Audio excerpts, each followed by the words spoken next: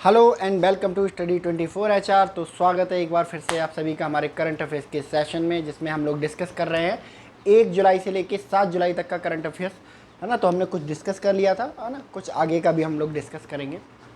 तो चलिए हम लोग शुरू करते हैं। नेक्स्ट जो जुलाई का इंसिडेंट आता है वो आता है चंद्रयान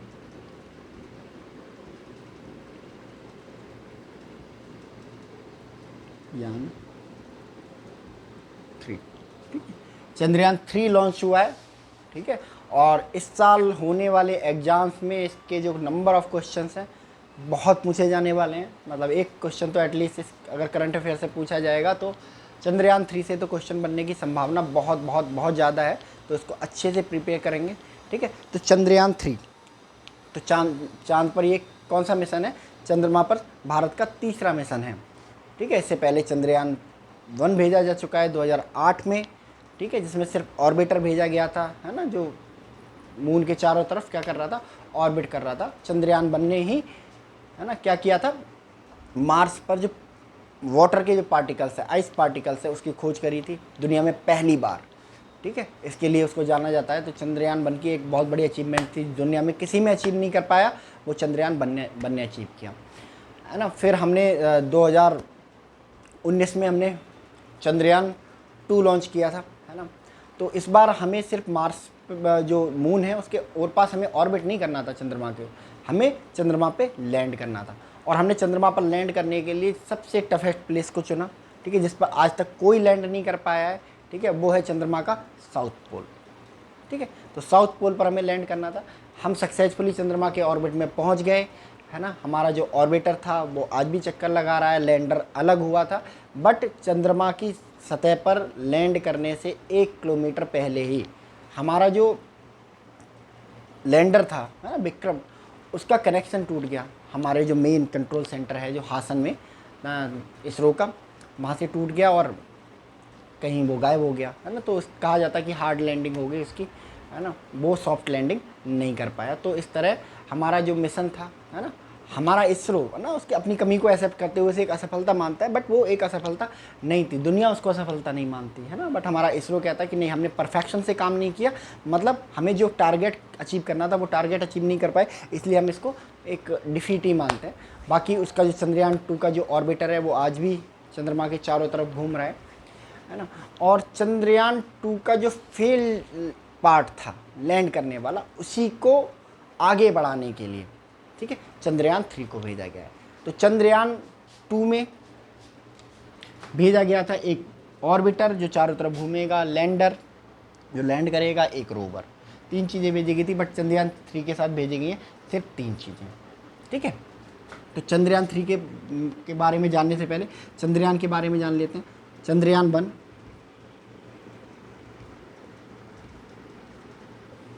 कब हुआ था? 2008 में। ठीक है, 2008 में। और क्या भेजा गया था इसके साथ? सिर्फ एक ऑर्बिटर, चंद्रमा के चारों तरफ घूमने के लिए। ऑर्बिटर चारों तरफ घूमने के लिए एक सिर्फ और सिर्फ ऑर्बिटर भेजा गया था। चंद्रयान 1 बोला गया इसको, चंद्रयान 1। और चंद्रयान 2 की अगर हम बात करें, 2 की अगर हम जब बात करते हैं तो ये किया गया था 2019 को, 19 में। ठीक है, और इसमें 3 चीज़ें भेजी गई थी, orbiter plus lander plus rover. ठीक है, तो 3 टास्क थे हमारे, है ना। ऑर्बिटर जो चंद्रमा के चारों तरफ घूमने वाला था, ठीक है, लैंडर जो चंद्रमा की सतह पर क्या करने वाला था, लैंड करने वाला था, और रोवर क्या था, एक रोबोट था जो चंद्रयान की सतह पर चलने वाला था। ठीक है, तो ये वाला टास्क तो हमने, ऑर्बिटर वाला टास्क तो हमने पूरी तरह कर लिया। ठीक है, बट लैंडर को हम लैंड नहीं करा पाए चंद्रयान 2 पर, तो उसी को आगे बढ़ाते हुए चंद्रयान 3। चंद्रयान 3 कब लॉन्च किया गया है? ये 14 जुलाई 2023 को लॉन्च किया गया है। कितने बजे लॉन्च किया गया है? 2:35 पर लॉन्च किया गया है, 35 PM। ठीक है, कौन से लॉन्च पैड से लॉन्च किया गया है इसको? श्रीहरिकोटा, श्रीहरिकोटा, जो कि कहाँ है? आंध्र प्रदेश में है। आंध्र प्रदेश में है।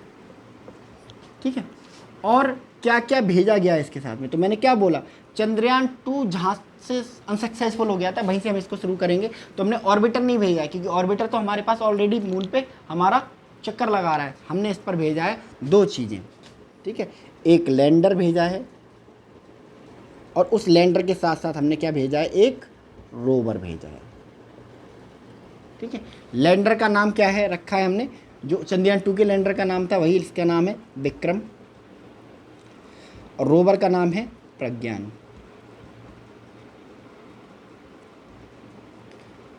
प्रज्ञान, ठीक है, और लैंडर 1752 kg का है, और प्रज्ञान कितना है, 26 kg का है। 14 जुलाई को गया हुआ ये चंद्रयान 3 कब पहुंचेगा चंद्रमा की सतह पर, कब लॉन्च करेगा, पहुंचेगा 23 अगस्त, है ना, 22 या 23 अगस्त कभी भी लैंड कर सकता है, 23 अगस्त 2023 को। और कितने दिन लगेंगे इसको, 42 दिन की जर्नी तय करेगा ये।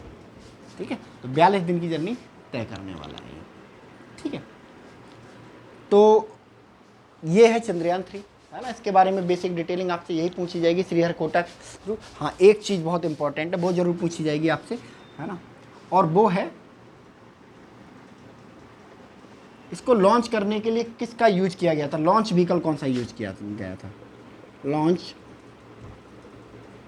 व्हीकल। और जो लॉन्च व्हीकल यूज किया गया था GSLV Mark 3। ठीक है, GSLV Mark 3 हमारा हैवी रॉकेट है ये। ठीक है, इसको नाम दिया गया LBM-3, launch vehicle for moon या लॉन्च व्हीकल मशीन, LBM-03 इसको नाम दिया गया है। ठीक है, तो ये है चंद्रयान 3 के बारे में बेसिक इन्फॉर्मेशन। ठीक है, तो याद रखेंगे चंद्रयान 1 मिशन 2008 जनरल नॉलेज का पार्ट है, ऑर्बिटर भेजा गया सिर्फ, और चंद्रयान 2 2019 में भेजा गया था, ऑर्बिटर, लैंडर और रोवर भेजा गया था। चंद्रयान 3 इसके साथ सिर्फ लैंडर और रोवर भेजा गया है। लैंडर का नाम विक्रम है ना, वेट 1752 kg है। रोवर का नाम प्रज्ञान है, जिसका वेट 26 kg है। ठीक है, कब लॉन्च किया गया, 14 जुलाई 2023 को 2:35 पे लॉन्च किया गया था। GSLV Mark 3, GSLV Mark 3 हमारा सबसे हैवी रॉकेट है, यानी कि जो सबसे ज़्यादा वजन को कैरी करके ले जा सकता है ज़्यादा दूर तक। ठीक है, और इसको नाम हमने दिया है लॉन्च व्हीकल फॉर मून या लॉन्च व्हीकल मशीन। कहाँ से लॉन्च किया गया इसको, श्रीहरिकोटा से, आंध्र प्रदेश में है जो, वहाँ से लॉन्च किया गया था। और कब पहुँचेगा ये, 23 अगस्त 2023, यानी कि 42 दिन की जर्नी के बाद चंद्रमा पर पहुँचने की इसकी संभावना है। ठीक है, चलिए इसको नोट कर लीजिए आप एक बार।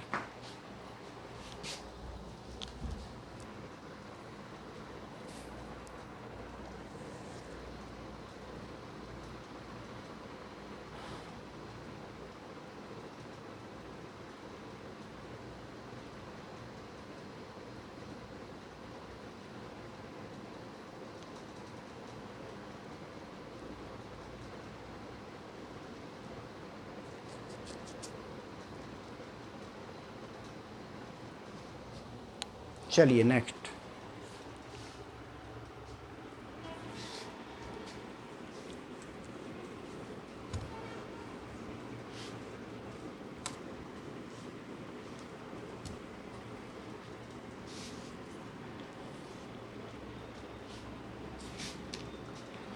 नेक्स्ट हमारा आता है UPI 123 पे। ये क्या है, UPI 123 पे ये क्या है। UPI 123 के पहले जानने से पहले हम जानते हैं कि भाई UPI क्या है। UPI, ठीक है, इसका पूरा नाम है unified payment interface, unified payment interface. ठीक है, यूनिफाइड पेमेंट इंटरफेस इसका नाम है। और क्या काम करता है ये, online payment, online money transfer के काम आता है ना, पैसे मंगाने के लिए, पैसे भेजने के लिए यूनिफाइड ऑनलाइन मनी ट्रांसफ़र के काम आता है। तो किस वे में और ये ऑनलाइन पैसा भी कैसे भेजा जाता है, यूपीआई चलाने के लिए सबसे पहले आपके पास जो होना चाहिए वो क्या होना चाहिए, इंटरनेट होना चाहिए। ठीक है, इंटरनेट जब आपके पास होगा तो आप कोई भी यूपीआई ऐप डाउनलोड करेंगे, ओपन करेंगे, ठीक है, फिर आपको उसमें जाना होगा, खोलना होगा, तो डालना होगा उसमें जिसको आप पैसा भेज रहे हैं उसकी यूपीआई आईडी या फिर phone number, phone number, step 1 है ये। स्टेप 2 जब चला जाए, स्टेप 2 जब ये यूपीआई आईडी और फ़ोन पे नंबर आप डाल दोगे, फ़ोन नंबर डाल दोगे, उसके बाद आपको डालना होगा अमाउंट, कितना अमाउंट आप भेज रहे हो, कितना अमाउंट आप भेज रहे हो। स्टेप थ्री अमाउंट जब आपने डाल दिया तो आपसे पूछा जाएगा आपका यूपीआई पिन, 6 डिजिट का यूपीआई पिन आपसे पूछा जाएगा। यूपीआई पिन कितने डिजिट का होता है? 6 डिजिट का,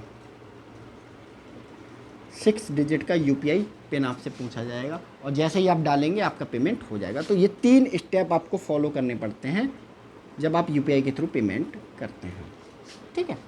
तो और सबके लिए आपके पास सबसे इम्पोर्टेंट चीज़ क्या होना चाहिए? इंटरनेट होना चाहिए, इंटरनेट होना चाहिए आपके पास। अब इंटरनेट होना चाहिए आपके पास। अब उन लोगों का क्या जिनके पास इंटरनेट नहीं है, ठीक है। हमारे भारत में आज भी बहुत सारे इलाके ऐसे हैं जहाँ पर इंटरनेट नहीं है या बहुत कम स्पीड का है। जैसे आप कश्मीर में जाओगे तो वहाँ आज भी 2G चल रहा है, ठीक है। तो 2G के टाइम में 2G नेटवर्क के थ्रू यूपीआई पेमेंट थोड़ा मुश्किल हो जाता है, डिले होता है, फंसने की संभावना रहती है कि कनेक्टिविटी चली गई है ना और आपका पैसा है ना फंस गया कहीं पर, ठीक है। और कुछ इलाके ऐसे भी हैं जहाँ इंटरनेट कनेक्टिविटी है ही नहीं, जैसे लद्दाख के बहुत सारे एरियाज़ में, आप नॉर्थ ईस्ट में चले जाओ वहाँ बहुत सारे एरियाज़ में नहीं है, झारखंड छत्तीसगढ़ में बहुत सारे एरियाज़ हैं जहाँ इंटरनेट नहीं है, ठीक है। अब जब इंटरनेट नहीं है तो फिर यूपीआई कैसे चलाएंगे? तो जिन एरियाज़ में इंटरनेट नहीं है या जिन एरियाज़ में इंटरनेट की जो कनेक्टिविटी है वो बहुत स्लो है, उन्हीं के लिए एक सॉल्यूशन है यूपीआई 123 पे। ये क्या है? एक आईबीआर बेस्ड सॉल्यूशन है, IBR based UPI solution, IBR based UPI solution,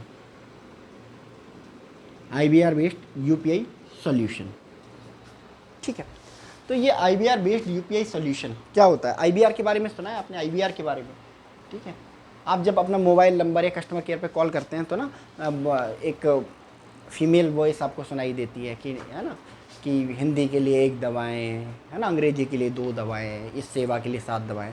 तो जो वो महिला बोलती है, जो आवाज़ आपको सुनाई देती है, वही होती है आईबीआर, ठीक है। इसको क्या कहते हैं? इमीडिएट वॉइस रिस्पॉन्स, ठीक है, इमीडिएट वॉइस रिस्पॉन्स। तो जब आईबीआर के थ्रू यूपीआई देने का प्लान बनाया जा रहा है एक बैंक के द्वारा, है ना, इसमें क्या होगा? सेम स्टेप फॉलो किए जाएंगे। बस आप क्या करना होगा? आपको 123 डायल करना होगा। आप 123 डायल करेंगे, भाई मशीन आएगी जो आपसे पूछेगी, अपनी पहला स्टेप पूछेगी कि यूपीआई आईडी एंटर करें, ठीक है। आप यूपीआई आईडी एंटर कर देंगे। फिर जब आप एंटर कर देंगे यूपीआई आईडी या फ़ोन नंबर, तो कहा जाएगा कि अमाउंट एंटर करें, अमाउंट एंटर कर देंगे। और जब आप अमाउंट एंटर कर देंगे तो आपसे कहेगी वो वॉइस कि अपना यूपीआई पिन डिजिट कर डालें 6 डिजिट का। जब आप वो डालेंगे तो आपको रिस्पॉन्स आएगा कि आपका जो पैसा है वो इस अकाउंट में ट्रांसफ़र कर दिया गया है। तो इस तरह आपका जो पैसा है बिना इंटरनेट के एक अकाउंट से दूसरे अकाउंट में ट्रांसफ़र हो जाएगा, ठीक है। तो वाकई एक बहुत अच्छी पहल है ना। और इस किस बैंक ने इस यूपीआई 123 पे यानी कि आईबीआर बेस्ड यूपीआई सॉल्यूशन को लागू किया है? तो उस बैंक का नाम है Punjab national bank. Punjab national bank ने यूपीआई बेस्ड आईबीआर सॉल्यूशन को लागू किया है, ठीक है। तो ये हो गया आपका यूपीआई 123 पे, ठीक है। चलिए इसको नोट कर लीजिए।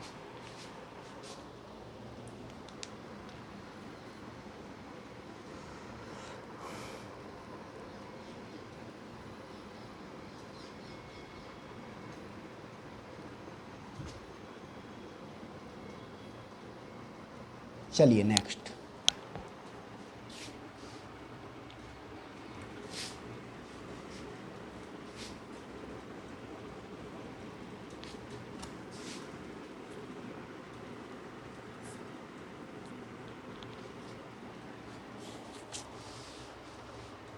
ठीक है। नेक्स्ट है हमारा तरंग शक्ति।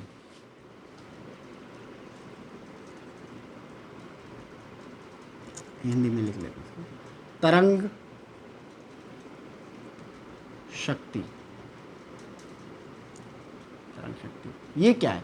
तरंग शक्ति एक एयर एक्सरसाइज है जो इंडियन एयरफोर्स की जो डिफरेंट कमांड है ना। इंडियन एयरफोर्स यूनिफाइड है, बट वो अलग अलग एरियाज में काम करती है। साउथ में भी काम करेगी, नॉर्थ में भी काम करेगी, नॉर्थ ईस्ट में भी काम करेगी। तो डिफरेंट आपकी जो विंग है एयरफोर्स की, वो मिलकर, है ना, कोऑर्डिनेशन बनाती हैं और एक्सरसाइज करती हैं। ठीक है, तो क्या नाम है उसका? तरंग शक्ति। ठीक है, यह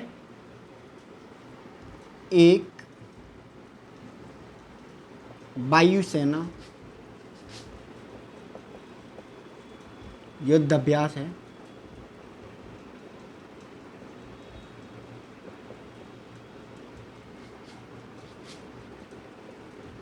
जिसका उद्देश्य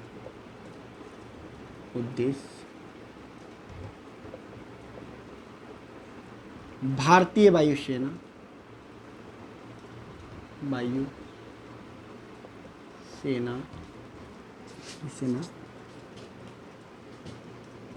के मध्य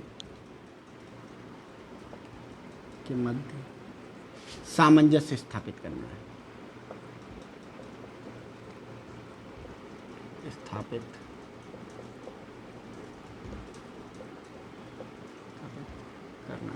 सामंजस्य स्थापित करना है। ठीक है, सामंजस्य स्थापित करना है। तो ये है हमारी तरंग शक्ति। ठीक है, चलो नेक्स्ट, जिमैक्स।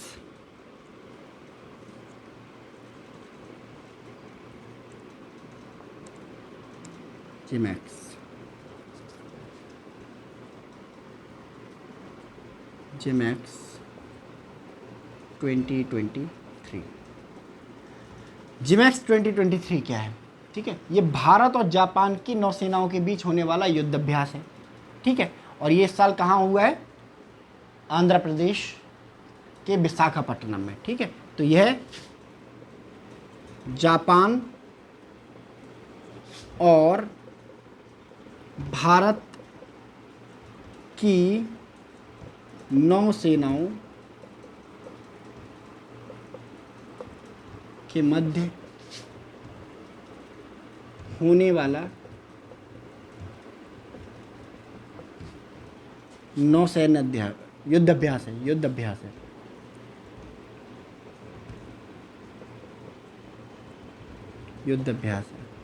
ठीक है, वर्ष 2023 में कहाँ पे आयोजित किया गया? वर्ष 2023 में इसे आंध्र प्रदेश के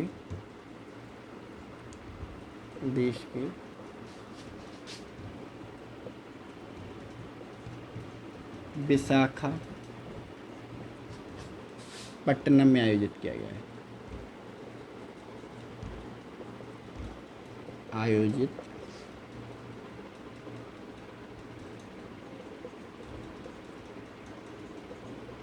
किया गया है।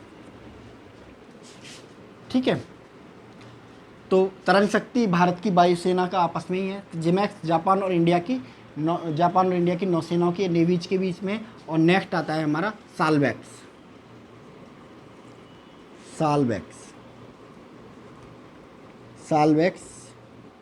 2023। ठीक है, और सालवैक्स 2023 क्या है?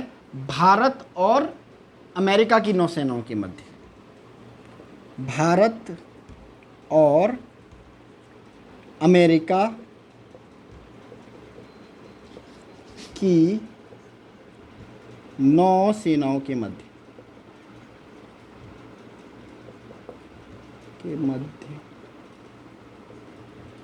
आयोजित होने वाला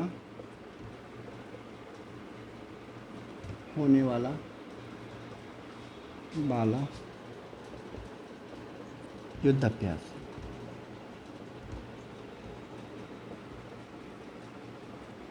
ठीक है, वर्ष 2023 में कहाँ आयोजित किया गया इसको? ठीक है, वर्ष 2023 में 2023 में इसका आयोजन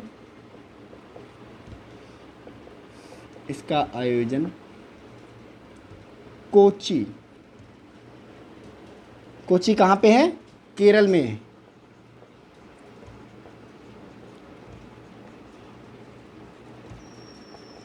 कोची केरल में इसका आयोजन किया गया है। ठीक है, चलिए इसको नोट करिए।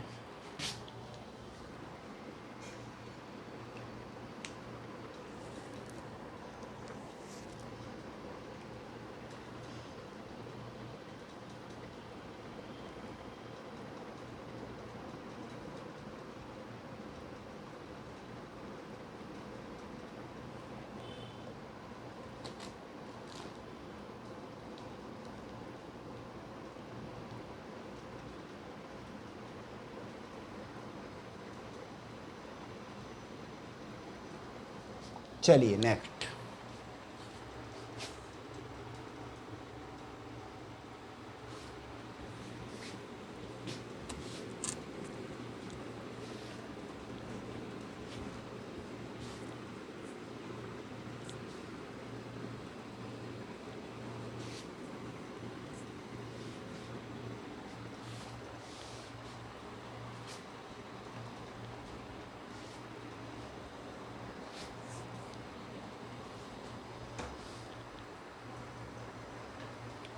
चलिए नेक्स्ट।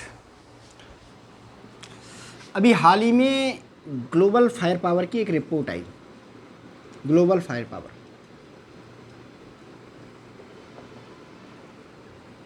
पावर नामक एक रिपोर्ट आई। कौन इशू करता है इस ग्लोबल फायर पावर को? सिप्री द्वारा प्रकाशित होती है ये रिपोर्ट। प्रकाशित होती है Stockholm International Peace Research Institute. तो ग्लोबल फायर पावर, ठीक है, ग्लोबल फायर पावर रिपोर्ट क्या किस बारे में बताती है? ग्लोबल फायर पावर जो रिपोर्ट है वो बताती है हमें दुनिया की ताकतवर मिलिट्रीज के बारे में। किस बारे में बताती है? दुनिया की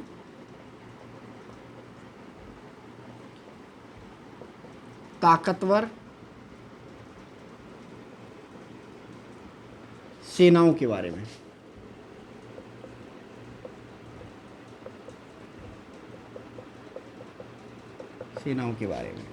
ठीक है, तो ग्लोबल फायर पावर के अकॉर्डिंग दुनिया की सबसे पावरफुल मिलिट्री कौन सी है?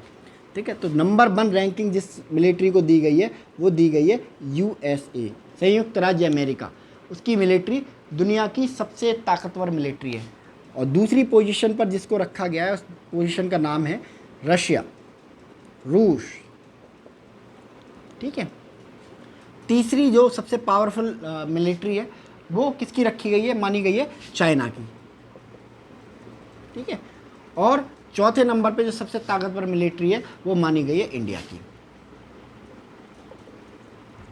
ठीक है, और इस रिपोर्ट में एक जो बदलाव हुआ है, ठीक है, ये 4 रैंकिंग तो पिछले 5-6 सालों से नहीं बदल रही। यही कंट्री 4-5 सालों से एक ही पोजीशन पर है। ठीक है, और आने वाले 4-5 सालों तक ये बदलने वाली नहीं है रैंकिंग, है ना। कोई ड्रास्टिक चेंज हो जाए तो एक अलग बात है ना। रसिया अगर बर्बाद हो जाएगा यूक्रेन की वॉर में तो हो सकता है चाइना दूसरे नंबर पे आ जाए, है ना, या फिर इंडिया तीसरे नंबर पे आ जाए, रसिया चौथे पे पहुंच जाए। तो ऐसा बदलाव हो सकता है। बहरहाल 4-5 सालों में ऐसा बदलाव होने की संभावना नहीं लगती है। बट एक बदलाव हुआ है, पाकिस्तान की रैंकिंग जो है बहुत तेज़ी से सुधरी है। और पाकिस्तान की जो रैंक है इस ग्लोबल फायर पावर रिपोर्ट में ये 7 है। और पिछले साल ये रैंकिंग क्या थी? 9th, यानी कि 9th से 7th पर मूव कर गया पाकिस्तान। ठीक है, तो ये है दुनिया की सबसे पावरफुल सेनाएं। ठीक है, इनकी राजधानी के बारे में जान लेते हैं जनरल नॉलेज के लिए। इसकी राजधानी, यूएसए की राजधानी क्या है? Washington DC, district Columbia. और रशिया की राजधानी क्या है? मॉस्को रशिया की राजधानी है। और चाइना की राजधानी क्या है? बीजिंग। ठीक है, और इंडिया की राजधानी बताओ? दिल्ली, नई दिल्ली। ठीक है, नई दिल्ली है। और पाकिस्तान की जो राजधानी है वो क्या है? इस्लामाबाद। इस्लामाबाद है। ठीक है, तो आई समझ में ये ग्लोबल 5 पावर रिपोर्ट। ठीक है, सिप्री के द्वारा प्रकाशित होती है। Stockholm International Peace Research Institute नाम है इसका। ठीक है, तो उनके द्वारा प्रकाशित होती है ये रिपोर्ट। चलिए, अभी हाल ही में जो भारत की सरकार है उसने डिसाइड किया कि वो इंडियन नेवी के लिए 26 एयरक्राफ्ट खरीदेगी। ठीक है, तो 26 एयरक्राफ्ट खरीदने की जो डील है उसको मंजूरी दे दी गई है। किस देश से खरीदे जा रहे हैं 26 नेवल एयरक्राफ्ट? ठीक है, हाल ही में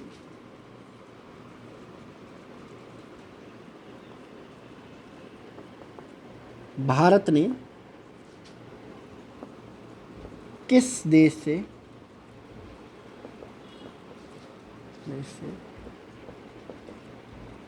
नौसेना के लिए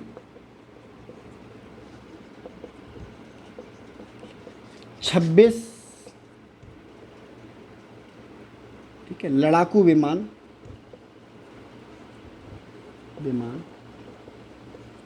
खरीदने हेतु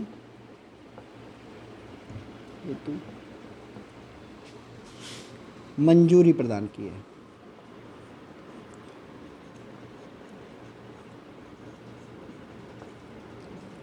तो ये कौन सा देश है जिससे लड़ाकू विमान खरीदे जा रहे हैं? और इससे किससे से खरीदे जा रहे हैं?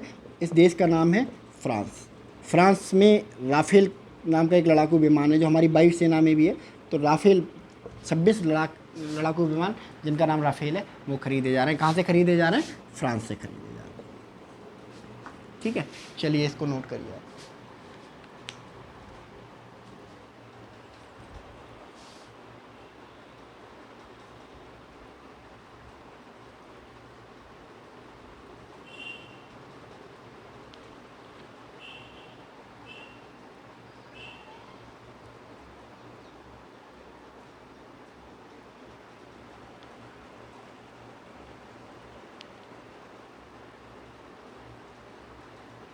चलिए नेक्स्ट।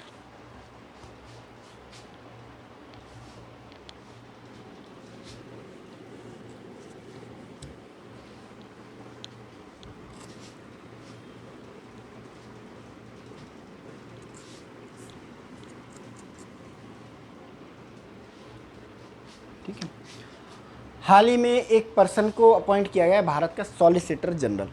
ठीक है, तो क्या नाम है इनका? हाल ही में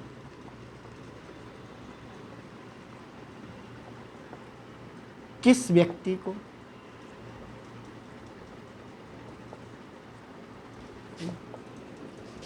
भारत का नया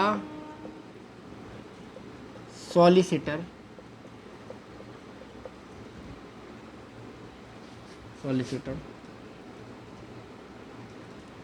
जनरल नियुक्त किया गया है?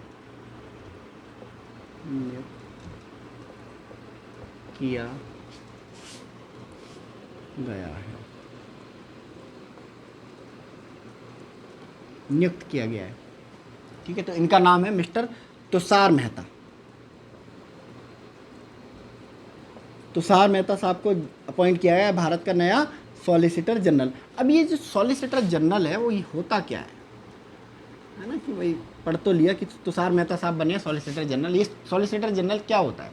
ठीक है, सॉलिसिटर जनरल हमारे यहाँ एक पोस्ट होती है एडवोकेट जनरल। ठीक है, जिसे महाधिवक्ता कहा जाता है।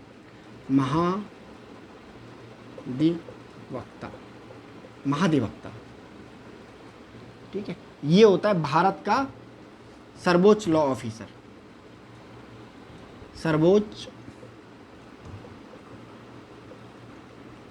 लॉ मतलब कानून अधिकारी। सर्वोच्च कानून अधिकारी। कैसा कानून अधिकारी? अब जैसे मान लो कि हमारे देश में कोई सरकार बनी, प्रधानमंत्री बना, मतलब मान लो उनको पढ़ना नहीं आता, पढ़े लिखे नहीं है बहुत ज़्यादा, और भारत में जो कानून बनते हैं या बनाए जाते हैं पार्लियामेंट में, उनमें जो लैंग्वेज होती है बहुत टिपिकल लैंग्वेज होती है, ठीक है। तो वो हर पढ़ा लिखा आदमी भी नहीं समझ सकता है, उसके लिए बहुत कानून विशेषज्ञ की ज़रूरत होती है। इसके अलावा हमारी जो देश की जो सरकार है उस पर क्या करते रहते हैं लोग, केस ठोंकते रहते हैं, केस ठोंकते रहते हैं कि भाई हमारे साथ ये गलत हो गया, हमारे फंडामेंटल राइट को वो कर दिया, ठीक है। तो अब सरकार के की तरफ से केस लड़ने के लिए भी कोई चाहिए ना। तो सरकार कानून को समझने के लिए और सुप्रीम कोर्ट और अन्य कोर्टों में अपने खिलाफ जो केस हैं उनको डिफेंड करने के लिए एक पर्सन को नियुक्त करती है जिसका नाम है महाधिवक्ता। इसीलिए ये होता है भारत का सर्वोच्च कानून अधिकारी, ठीक है। अब महाधिवक्ता अकेला पर्सन मान लो ऐसा टाइम आ गया कि भारत सरकार पे बहुत सारे केस कर दिए गए, है ना, बहुत सारे केस कर दिए गए। अब क्या होगा? अब महाधिवक्ता हर जगह तो जाके केस लड़ नहीं सकता, है ना, ठीक है। तो उसकी सहायता के लिए नियुक्त किया जाता है एक सॉलिसिटर जनरल, ठीक है, जो महाधिवक्ता की हेल्प करता है। अगर महाधिवक्ता पे ज़्यादा वर्कलोड आ जाता है तो उस वर्कलोड को क्या करता है, कम करवाने का प्रयास करता है, ठीक है। चलिए नेक्स्ट, कोल इंडिया लिमिटेड हाल ही में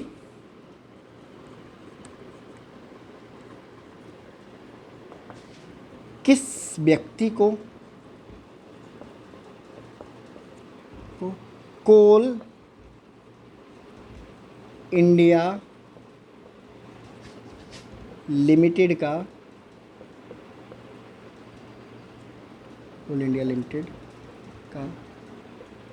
नया चेयरमैन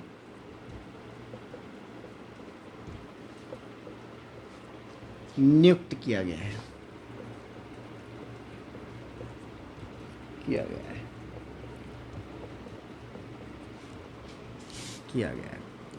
कौन है जिन्हें कोल इंडिया लिमिटेड का नया चेयरमैन नियुक्त किया गया है? तो इनका नाम है PM प्रसाद।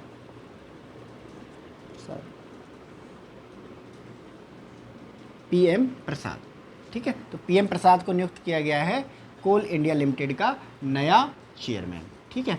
तो कोल इंडिया लिमिटेड है क्या जिसका चेयरमैन बने हैं PM प्रसाद साहब, ठीक है। अब भारत सरकार, ठीक है, भारत सरकार के पास क्या होते हैं, ऑलरेडी बहुत सारे काम है करने के लिए,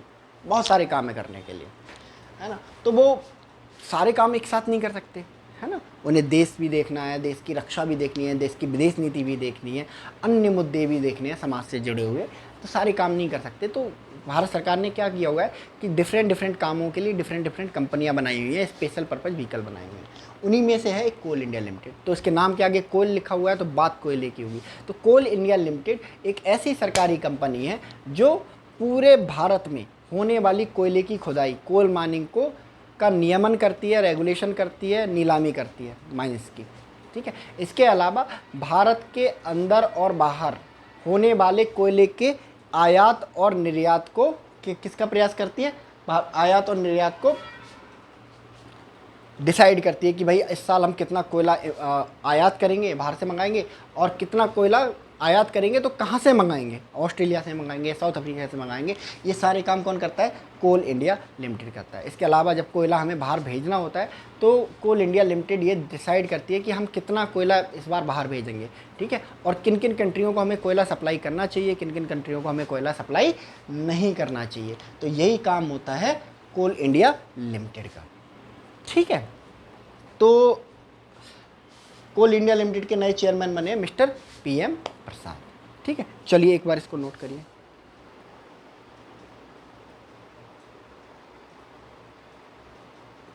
ठीक है, तो 1 से 7 जुलाई का जो करंट अफेयर्स है उसमें हमारा इतना ही है, ठीक है। अब जब नेक्स्ट वीक में हम लोग मिलेंगे, नेक्स्ट सेशन जब हम करेंगे तो हमारा जो करंट अफेयर्स होगा वो 8 जुलाई से 15 जुलाई तक का होगा, ठीक है। एक्चुअली मैंने करंट अफेयर्स 1 से 15 जुलाई तक का ही बनाया था, बट मैंने कहा कि ये 2 वीडियोज में हो नहीं पाएगा, तो हमने 1 जुलाई से 7 जुलाई और 8 जुलाई से 15 जुलाई में इसको मिला दिया, ठीक है। तो मिक्सअप भी हो गया है, जैसे चंद्रयान 3 हमें 14 जुलाई को डिस्कस करना था लेकिन हमने अभी डिस्कस कर लिया, ठीक है। तो कोई इशू नहीं, पढ़ना तो पढ़ना ही है ना। तो ये होता है आपका पूरे एक हफ्ते का, 1 जुलाई से 7 जुलाई तक का करंट अफेयर, है ना। तो मिलते हैं हम लोग फिर नेक्स्ट सेशन में, है ना। तब तक के लिए आप लोग अच्छे से पढ़ाई कीजिए, है ना, and focus on your goal, ठीक है। और अपनी सेहत का सबसे पहले ख्याल रखिए, क्योंकि जो सेहत होती है वही हमारी सबसे बड़ी मित्र होती है। आपके पास सेहत होगी तभी आप अच्छे से पढ़ाई कर पाएंगे, तभी आप अच्छी चीज़ें डिलीवर कर पाएंगे, है ना। तो मिलते हैं हम लोग नेक्स्ट सेशन में, तब तक के लिए थैंक यू वेरी मच।